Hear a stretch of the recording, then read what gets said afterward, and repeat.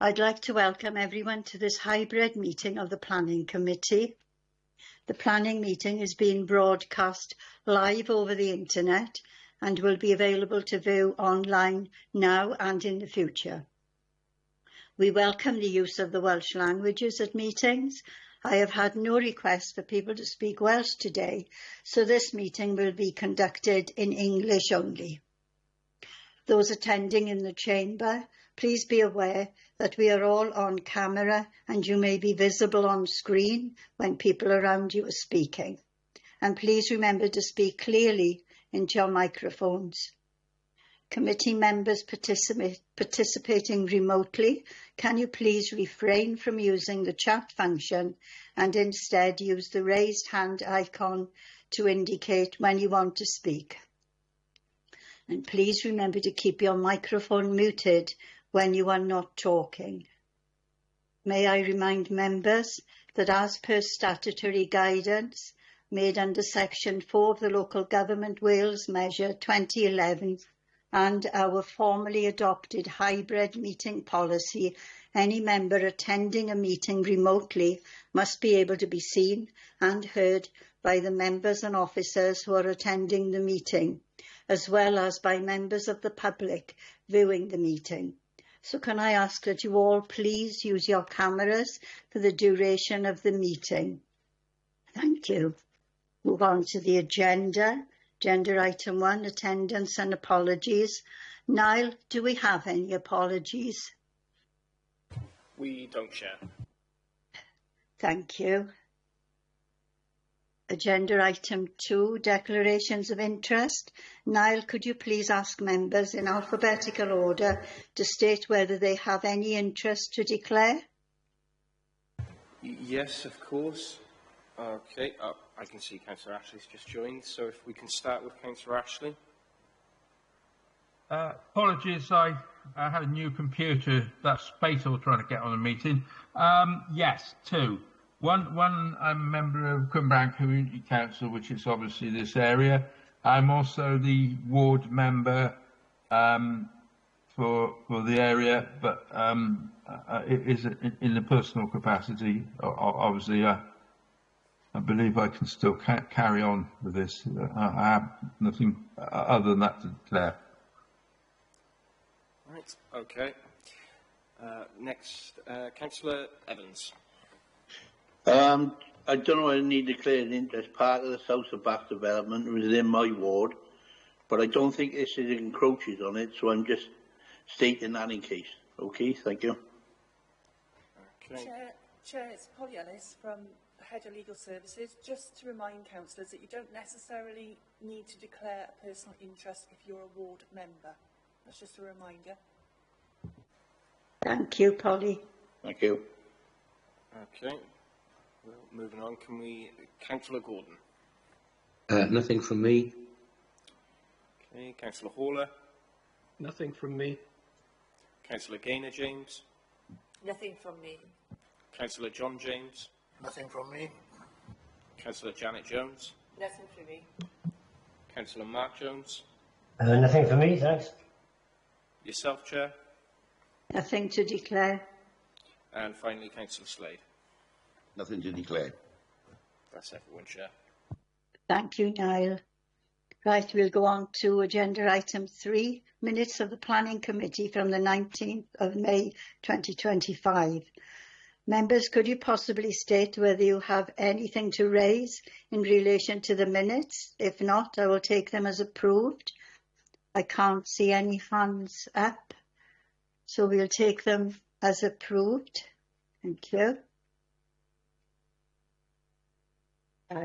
We'll go to agenda item 4, planning application 25 P0150CND, and it's for discharge of condition 3, footpath diversion statement pursuant to condition 3 of planning application 23 P0298 RES, and it's for Southern Canal Bridge crossing, land west of Cwmbran Drive, South Sebastopol. Can I ask Richard Lewis, Planning Consultant, to present the report, please? Thank you, Chair. Let me see if I can get my screen.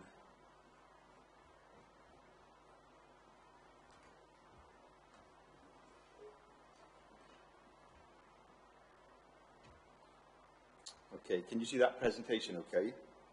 I can see it. Everybody else okay?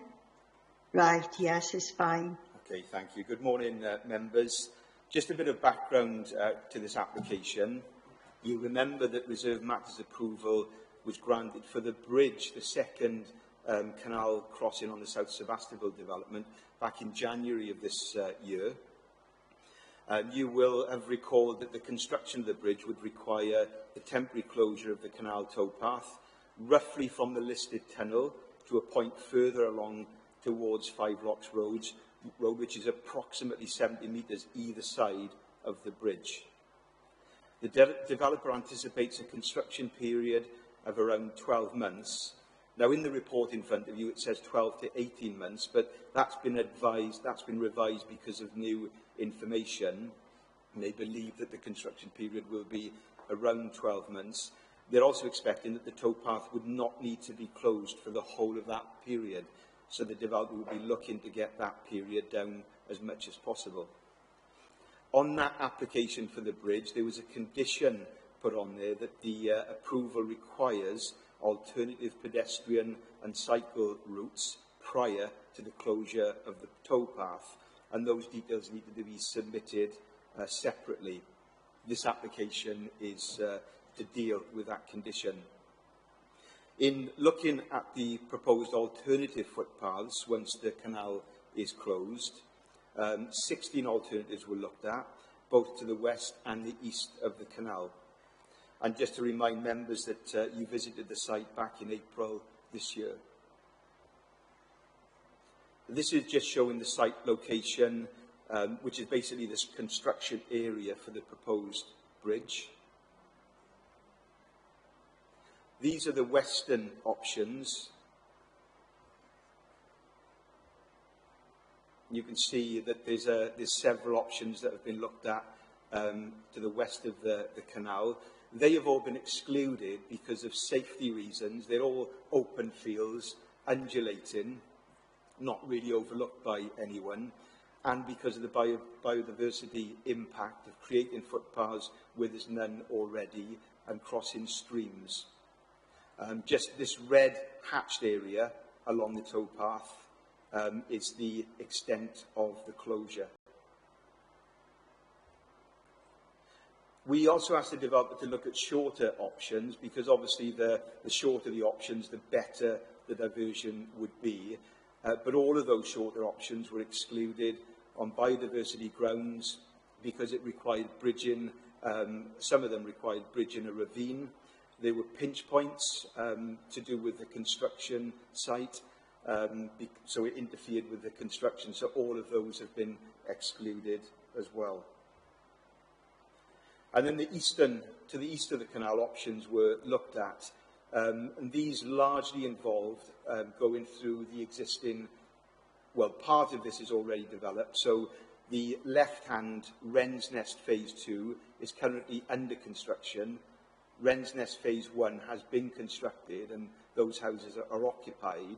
So most of these diversions would go through existing estate roads.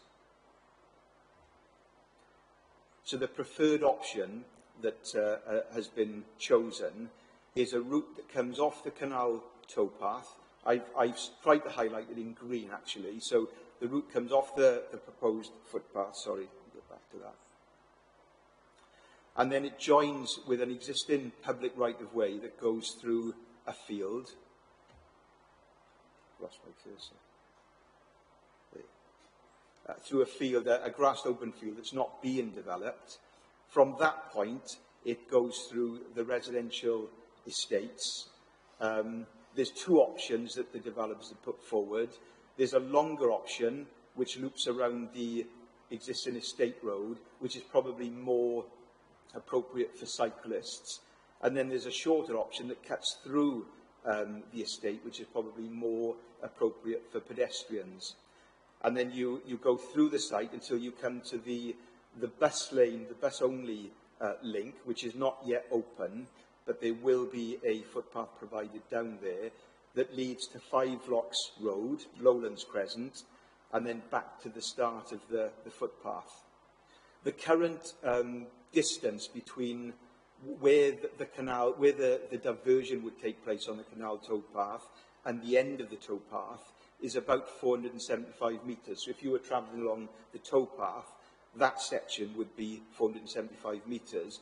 The diversion would take you, obviously, a greater distance, and those two options, the slightly longer one and the shorter one, would take you 1220 metres and 1273 metres, respectively.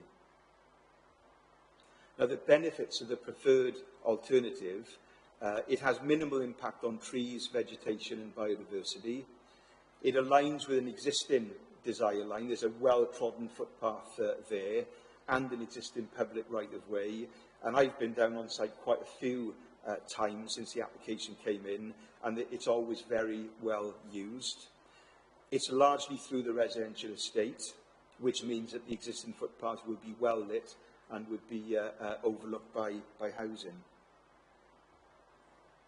This is just a more detailed plan showing, I don't know whether you can see my cursor there, but that's the point that it comes off the canal through an existing natural gap in the hedgerow, and then it meets up with the existing public right-of-way, and then that leads into the estate. These are some pictures showing from the canal towpath a gap in the hedgerow. Obviously, some vegetation is going to need to be removed, but very minimal, and there's very little exposed roots, as you can see. Again, this is looking at the gap. You can see it gets quite muddy in the foreground of that photograph. The intention is to improve that surface by putting a slab of concrete in with fluted channels so that there's good drainage as well, but there's no other way really of improving that other than doing that. The rest of the footpath would then be 2 metres wide with a compacted gravel compound, making it a good surface, and that would be edged with timber boards. Again, this is looking back towards the canal towpath. They're proposing to put a gate at that point, and the reason for the gate is that because this is going to be used for cyclists as well, rather than take more hedgerow and vegetation out to create visibility, because obviously cyclists may not see pedestrians using that gap, this gate would stop cyclists to make sure that there's no impacts.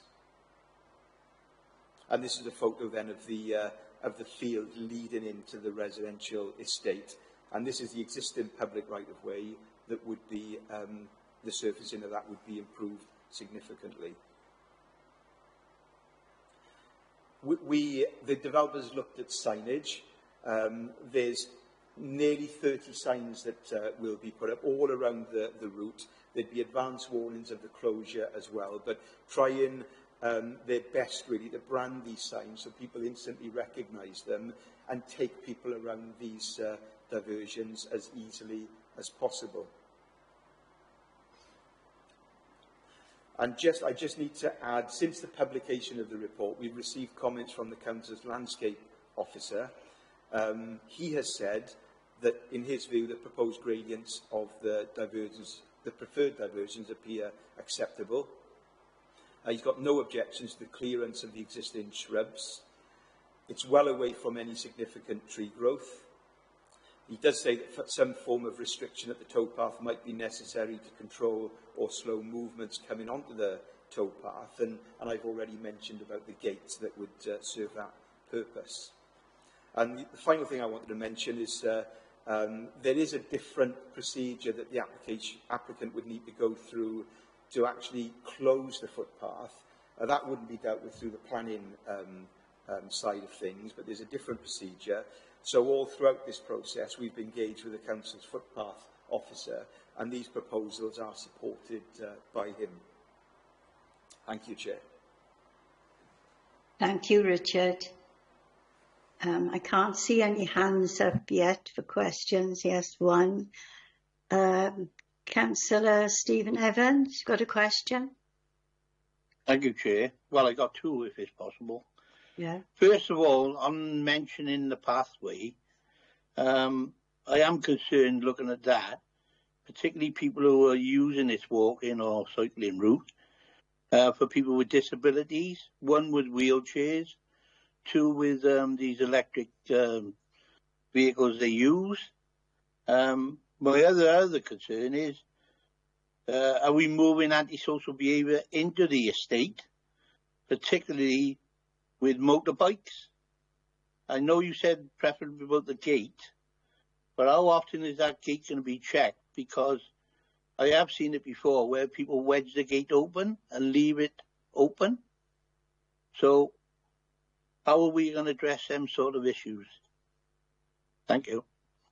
Can you answer that, please, Richard? Yeah, certainly, Chair. With the disability issue, we've been very conscious of that throughout the process, and the developers have looked at that. This is a temporary closure. It's really trying to make the best and the best route, really. I think that because this involves mostly estate roads, it was the better option. I can't say that this is compliant with regulations in terms of disability access. I also wouldn't say that disabled persons couldn't use it, but I don't think that we could get anything better in terms of disabled access, but we have been conscious of that throughout the process. I think I make reference to that in the report, that this isn't an ideal situation, but we believe, and it's taken quite a long time to get to this point, that we've properly analysed every route to come up with the best solution. In terms of motorbikes, I think that because there's a public right-of-way already off the towpath, there's an existing gap. In fact, the original proposal was to go through this existing gap, which is actually part of the public right-of-way. That was abandoned because of roots. It was very boggy. There was an easement as well. So we've got a gap in the hedge. But the point is, there's already two existing gaps in the hedge that motorbikes could go through. So what I would say is that this isn't meant to control motorbikes. There will be a gate there, so there will be some level of control more than there is at the moment, but there's still another gap there that motorbikes could use. But the whole issue of motorbikes using the canal towpath and these fields really would need to be controlled by other legislation. Hope that's... I come back in. Oh, sorry. Can I come back in, Chair? Have we had any consultation with any disabled groups regarding this? Because, as you can appreciate, I walk the canal as many others do, and there are a lot of disabled people that actually use the path. So I am concerned, because if they can't use the path, they ain't going to be able to use this new route. So it might be worth asking them, would this option work, surely? Is it possible to do that? Yeah, we did consult the Torfaen Access Group on this application, but we've also consulted them on the amendments to the proposal as well, but we never had any response. But what I've done in the report, because we consulted them on the bridge application, they did respond in relation to that application, and I've reflected their comments in the report. But in terms of this particular application, no, we didn't get any response from them. Okay, thank you for that anyway. Thank you. Right, the next one I've got is Councillor Alan Slade. Do you like to ask your question, Alan? Thank you, Chair. I grew up in this area, and you know the fact that 16 alternatives or 15 alternatives to this has been considered. There is no perfect answer, and on the site visit, it was pretty clear that this is the best of a bad lot, really. That's the way I view it. I mean, it's not perfect, but there is no perfect route. There's no perfect alternative. So, personally, I'm all for this. Just like I say, it's the best we can possibly hope for. That's all I've got to say. Thank you, Jane. Thank you, Alan. Next, I can see Stuart Ashley.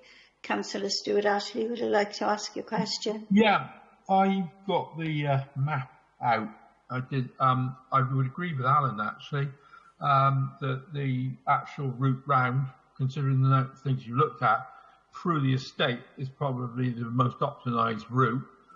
Rather unhappy that we've got to go there, but having looked at those 16 different routes and stood there and looked down through, I took a photograph. In fact, it's probably the best route through there.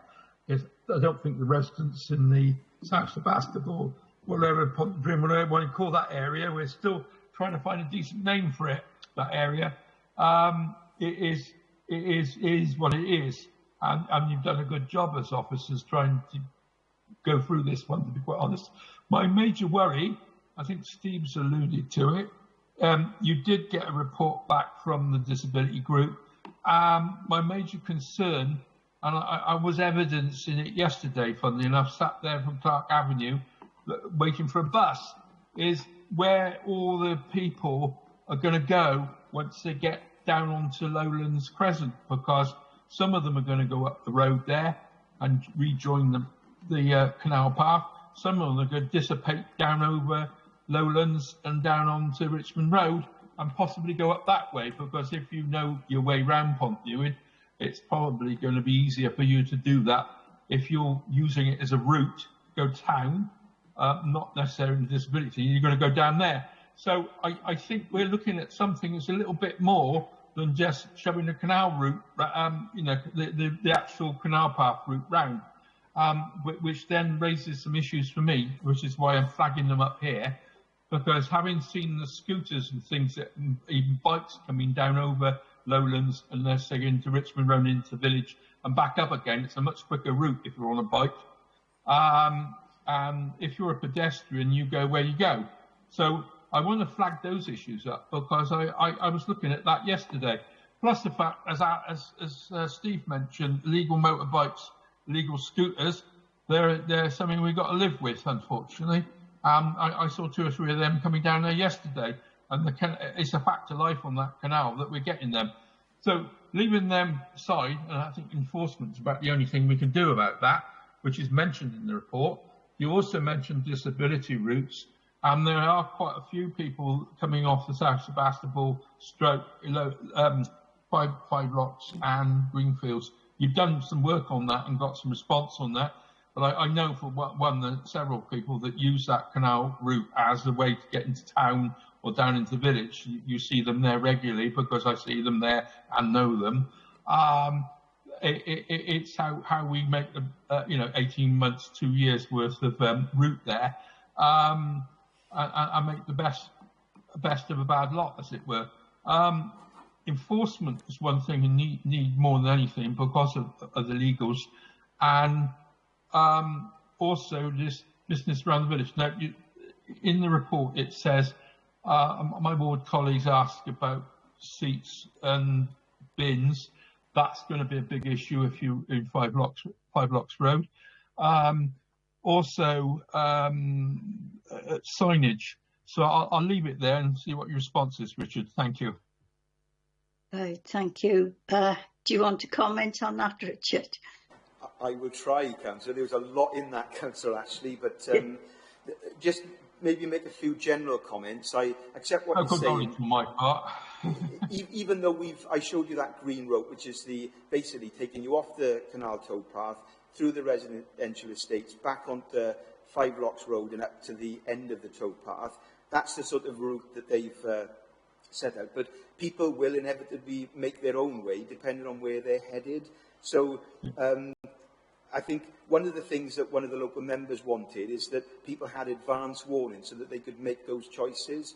And so they wanted a sign at Bevans Lane Bridge well in advance of the closure, and people directed down to the active travel routes on Cwmbran Drive that's recently been completed. So I think that would help to give people some choice as to the areas that they want to go to.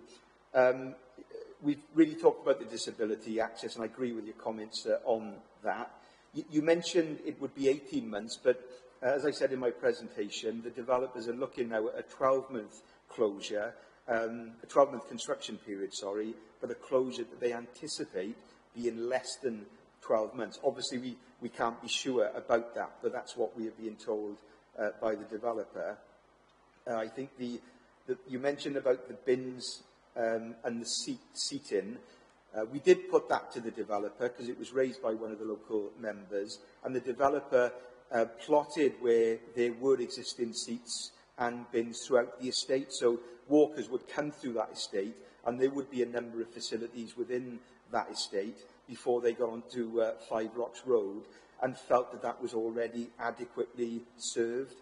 In terms of anything that happens then on the roads, Five Rocks roads and roundabout with regard to bikes and that, as you rightly say, is going to have to be controlled by other legislation. Not something that we can do through this application. So hopefully those general comments are helpful in terms of what you were saying. Chair, can I come back? The suggestion, I suspect it was filtered a bit because we obviously had a conversation about this.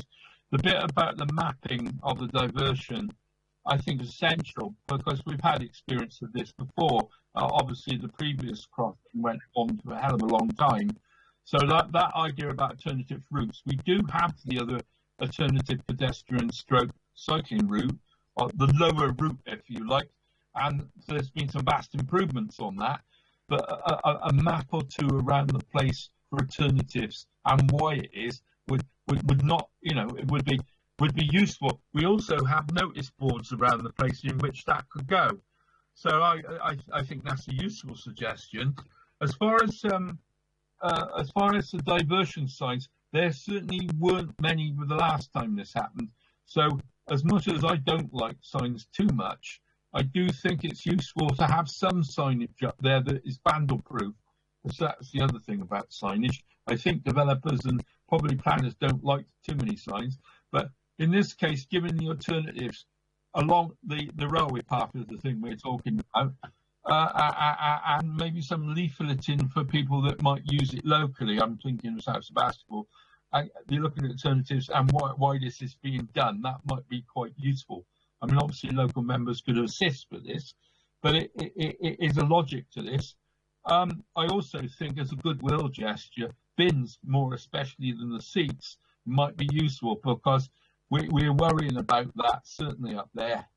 And litter and the other thing I think Steve might have mentioned about parked cars up there as well. It's that stuff that worries because that is trying to alleviate things in terms of safety. Right, okay, Councillor Ashley. I don't know whether you want to comment on it again, Richard. I was meaning him to do it, but it'd be good. Thank you, Chair. Yeah, just a couple of points then. There are no maps being proposed. I think that when the developer was looking at that, it was felt that the signage would be more useful, so it actually directed people around the proposed route. And as I said, there's about 29 signs going up around here with advanced warning as well, which I think is quite appropriate for this particular development. The signs, you mentioned about them being vandal-proof. I think that the developers took advice from CRT, the Canals and River Trust, in looking at the wording and the design of these signs. So I can only assume that that may have been part of those conversations, but I can't advise you whether they're actually vandal-proof. I'm not sure whether anything is actually vandal-proof nowadays, but I think that they will have looked at that as part of their discussions with CRT. I've mentioned about the bins already. I think the developer feels there's enough bins within the estate that there's no more that they're proposing. And I think that's what... you mentioned about the parked cars at Five Rocks Road and Lowlands Crescent. I've seen that for myself because I've walked these routes a few times. It's a difficult one because cars do park on the pavement and obstruct pedestrians, but that is an existing situation. It's not something the developer can do anything about. That would just, again, be the enforcement from the relevant enforcement authorities. Thank you, Chair. Thank you. Can I come back very briefly? Thank you, Richard. Well, please be brief, Councillor Ashley. Please be brief. Sorry, Chair. No, I know. We're very much aware of that, and we know that's out of the developer's thing. and we appreciate that we have limited capacity, both from the council and the police on that one. That's brief. Right, okay, Councillor Ashley. I can see a hand up. Niall, could you tell me who wants to speak from the chamber? Councillor Janet Jones. Thank you. Chair. It's only a quick question. You said the pathways are going to be improved. Will the developers maintain that during the winter months, because they could become quite slippery and muddy? So is that going to be their responsibility? My understanding is that because of the surfacing they're using is compacted, and it will be laid at the slight slope, and they'd be edged with timber, that they don't actually need much maintenance, and the idea is that water won't pool on them because of that crossfall. So I suspect that if there was a problem, then the developer would need to have a look at that and repair anything that's damaged. But generally speaking, it's not considered they would need that much maintenance. That's Richard. Thank you, Chair. Thank you. Well, I can't see any hands up at the moment. Would a member like to move a proposal? I'll oppose it for approval, Chair. I'll second it, Thank Chair. you. And I'll second it. Thank you, Gaynor and Janet. Right. Niall, could you please ask members in alphabetical order to state whether they are for, against or are abstaining? Yes, of course, Chair. So can we start with Councillor Ashley? For. Councillor Evans? For. Councillor Gordon? For. Councillor Horler? For. Councillor Gaynor James? For. Councillor John James? For. Councillor Janet Jones? For. Councillor Mark Jones? For. Yourself, Chair? For. And Councillor Slade? For. That's unanimous, Chair. Yes, it's unanimous. It's unanimous, so this application has been approved. Right, that completes the agenda for today. Thank you all for your attendance and your contributions, and I'll now close the meeting.